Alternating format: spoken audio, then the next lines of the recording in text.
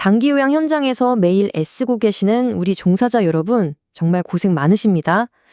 혹시 우리가 매일 무심코 다루는 그 서류 한 장, 컴퓨터 파일 하나가 어르신의 존엄성, 그리고 우리 기관의 신뢰를 한순간에 무너뜨릴 수도 있다는 생각 해보셨나요? 바로 그 첫걸음이 개인정보 보호인데요. 오늘 그 핵심만 콕콕 집어서 확실하게 알려드릴게요. 자, 오늘 우리가 살펴볼 내용입니다. 먼저 개인정보. 이게 대체 왜 이렇게 중요한지부터 시작해서요. 수집하고 이용할 때의 원칙, 또 우리가 구체적으로 어떤 정보들을 다루는지, 그리고 언제까지 보관하고 어떻게 파괴해야 하는지, 마지막으로 제일 중요한 거죠. 현장에서 우리가 뭘 꼭 지켜야 하는지 이 순서대로 알아보겠습니다. 자, 첫 번째 주제입니다. 개인정보, 도대체 왜 중요할까요? 이게 그냥 법이니까 지켜야 한다, 이런 차원의 문제가 절대 아니에요. 바로 어르신의 존엄, 그리고 우리 기관의 신뢰를 지키는 가장 기본적이면서도 가장 중요한 첫걸음이기 때문이죠. 그럼 개인정보가 뭘까요? 아주 간단해요. 이름, 주민등록번호, 연락처처럼 딱 보면 이 사람이구나 하고 알 수 있는 모든 정보라고 생각하시면 됩니다. 심지어는요, 정보 하나만으로는 누군지 몰라도 다른 정보랑 합쳤을 때 특정인을 알아볼 수 있게 된다? 그럼 그것도 무조건 개인정보에 포함됩니다. 특히 우리 장기요양기관은 더 특별하죠. 수급자 어르신의 건강 상태나 병력 같은 정말 민감한 정보를 다루잖아요. 또 같이 일하는 동료 직원의 정보까지도요. 이건 그냥 서류상의 글자가 아니에요. 우리를 믿고 모든 걸 맡겨주신 그분들의 신뢰 그 자체입니다. 법을 지키는 건 당연한 거고 그 신뢰를 지키는 게 바로 우리의 가장 중요한 책임이라고 할 수 있겠죠. 네, 그럼 이렇게 중요한 정보를 수집하고 이용할 때 우리가 반드시 지켜야 할 기준, 일종의 약속 같은 게 있겠죠? 그 법적이고 또 윤리적인 기준은 과연 무엇일지 지금부터 하나씩 살펴보겠습니다. 자, 개인정보는 절대 아무 때나 필요하니까 주세요 할 수 없습니다. 딱 법으로 정해진 경우에만 가능한데요. 첫째, 당연히 정보 주체, 그러니까 당사자에게 동의를 받았을 때, 그리고 법에서 특별히 수집하라고 정해놨을 때, 또 서비스 계약을 맺고 이행하는 데 꼭 필요할 때, 마지막으로 정말 긴급한 상황, 그러니까 생명이나 신체, 재산을 보호해야 할 때, 이 네 가지 경우 말고는 안 된다고 생각하시면 됩니다. 그리고 동의를 받을 때도 그냥 받는 게 아니에요. 반드시 안내해야 할 사항들이 있습니다. 이 정보는 저희가 왜 수집합니다. 구체적으로 어떤 항목들을 가져갈 겁니다. 얼마 동안 보관하고 이용할 겁니다.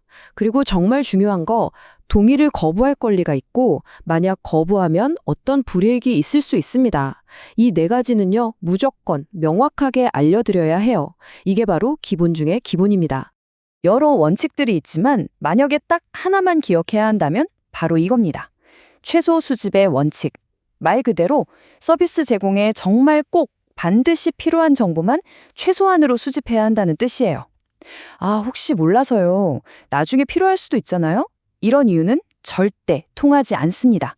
필요한 만큼만, 딱 거기까지만입니다. 자, 그럼 이론은 알겠고, 우리가 현장에서 매일 다루는 개인정보에는 구체적으로 어떤 것들이 있을까요? 여기서 중요한 건 수급자 어르신의 정보와 우리 직원들의 정보를 명확하게 구분해서 관리해야 한다는 점이에요. 보시는 것처럼 우리가 다루는 정보는 크게 두 부류로 나눌 수 있어요. 먼저 수급자 정보. 어르신께 딱 맞는 돌봄 서비스를 제공하려면 성함이나 주소는 물론이고 장기 요양 등급, 건강 상태 같은 정보가 필수적이겠죠. 그리고 직원 정보. 이건 급여를 지급하고 경력을 관리하기 위해서 자격증이나 금융 정보 등이 필요한 거고요. 이처럼 수집하는 목적 자체가 다르니까 당연히 필요한 정보의 종류도 달라지는 겁니다. 개인정보는 한번 수집했다고 해서 영원히 보관하는 게 절대 아닙니다. 모든 정보에는 정해진 수명, 즉 생명 주기라는 게 있어요. 목적을 달성하면 그 수명이 닿으면 안전하게 보내줘야 합니다. 자, 그럼 정보의 보유와 파기 기준에 대해 알아볼까요? 자, 이건 그냥 우리가 정하는 게 아니라 법으로 딱 정해져 있습니다. 꼭 기억하세요. 수급자 정보는 계약이 끝난 후 5년, 그리고 직원 정보는 퇴사한 후 3년입니다. 왜 이 기간을 지켜야 하냐면요. 혹시라도 나중에 생길 수 있는 법적 문제나 행정 처리에 대비하기 위한 최소한의 안전장치이기 때문이에요. 이건 선택이 아니라 필수입니다. 자, 그럼 보유기간이 지난 정보는 어떻게 처리할까요? 간단하게 3단계로 기억하시면 됩니다. 첫째, 파기해야 할 정보가 뭔지 정확하게 찾아내고요. 둘째, 절대 복구할 수 없는 방법으로 완벽하게 파기합니다. 그리고 마지막 셋째, 제대로 파기했는지 확인하고 기록으로 남겨두는 거죠. 여기까지 해야 정보 관리가 비로소 끝나는 겁니다. 파기 방법도 정말 중요해요. 종이 문서는 그냥 찢어서 버리면 절대 안 되고요. 반드시 파쇄기를 쓰거나 소각해야 합니다.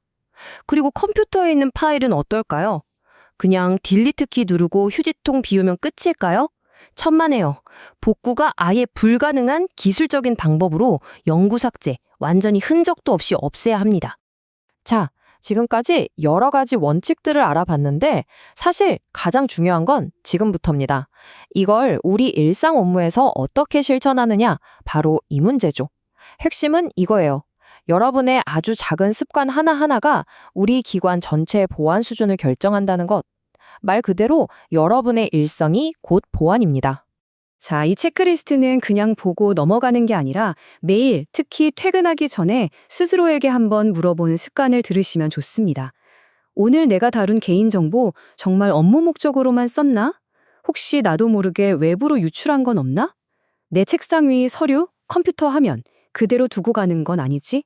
아, 그리고 동료나 보호자한테 무심코 불필요한 정보까지 말하진 않았나? 이런 점검이 매일매일의 습관이 되어야 합니다. 이 말을 정말 가슴에 새겨야 합니다. 딱 한 번의 실수, 에이 설마 했던 그 한 번의 실수가요, 우리 기관이 오랫동안 쌓아온 신뢰를 한순간에 무너뜨릴 수 있습니다. 그리고 그 책임은 기관뿐만 아니라 실수를 한 개인에게도 돌아올 수 있어요. 기억하세요. 개인정보 보호의 사소한 실수란 단어는 존재하지 않습니다. 결론적으로 개인정보 보호는요, 우리를 귀찮게 하는 어떤 규정이나 규칙이 아닙니다. 이건 어르신의 존엄을 지키고 우리를 믿어주시는 보호자분들의 신뢰에 보답하는 가장 기본적이면서도 중요한 약속이죠. 꼭 기억해 주셨으면 좋겠습니다. 우리가 제공하는 진정으로 좋은 돌봄은 바로 이렇게 안전한 정보 관리에서부터 시작되고 또 완성된다는 사실을요.